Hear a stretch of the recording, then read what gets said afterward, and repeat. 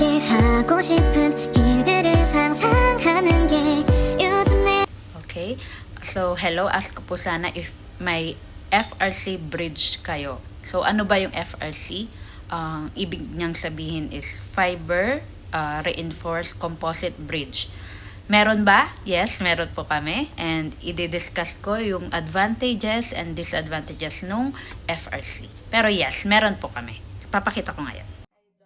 So ito si kabayan natin, nagpunta siya sa clinic namin dahil nasiraan siya ng denture. So habang hindi pa siya nakakapag-decide para sa fixed bridge niya, ay nilagyan muna namin siya ng fiber reinforced composite. Kung napapansin nyo, masyadong maliit yung space para sa centrals niya. Kahit yung denture niya dati, masyadong maliit yung central niya. Kaya in-advise siya ng doktor na magkaroon ng 6 na units na fixed bridge.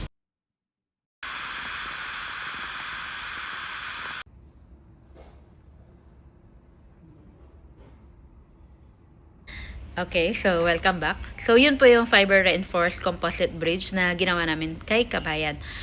Yun nga, recap tayo. Nagpunta siya sa clinic namin dahil nabasagan nga siya ng denture. So binigyan siya ng mga option ng pwedeng gawin. Isang option is magpa-braces siya para mabigyan ng enough space yung central niya. Pero yun nga, time consuming. After braces, dun siya, it's either magpa-implant siya or magpa-fixed bridge. Gusto niya magpa-fixed bridge dahil masyadong maliit yung space para sa central niya, kung napapansin nyo. Kaya yung ginawa rin sa kanyang fiber reinforced na composite bridge is maliliit or ano man tawag doon?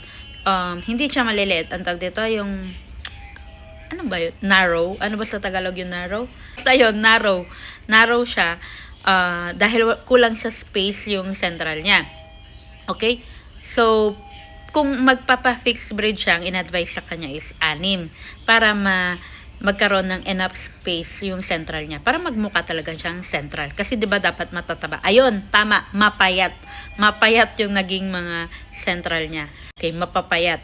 Kasi dapat yung central medyo mas mataba kaysa sa lateral, 'di ba?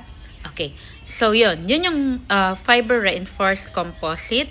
Ang advantage nun is, una, hindi mo na kailangan magpustiso dahil nakakabit na yon. Hindi basta-basta matatanggal, hindi na tinatanggal, nakakabit na siya. And pangalawa, mas mura siya compared sa pustiso and mas mura siya compared sa fixed bridge and kahit sa pustiso dito sa clinic namin. So, ang disadvantage niya, hindi siya kasing tibay ng fixed bridge na zirconia or porcelain. Dahil yung nilagay lang naman is fiber, inilagay lang sa lingual, sa likod ng mga ngipin. So, hindi siya ganun ka tibay. So, bawal nyo pa rin ipangkain ng sobrang tigas at iingatan nyo pa rin. Okay siya kung isang unit lang yung nawawala, 2, pero kung maramihan, hindi siya effective. So, hindi siya ganun ka tibay. Usually, ginagamit namin yun as temporary. Pero, may mga pasyente rin kaming ginawa namin ng ganun na hanggang ngayon, okay pa naman. Matibay pa naman. Hindi pa naman natatanggal. So, depende na lang rin siguro sa pagkagawa and sa pag-iingat ng pasyente. Okay? So, nandiyan na yung doktor namin. Tama na yung salita at baka mapapagalitan ako. Bye-bye. I hope nakatulong po. So, kung may mga question pa kayo dun sa video na nilagay ko, mag-message na lang po kayo sa TikTok ko. And lalagay ko dyan yung number ng receptionist. Okay? Bye-bye.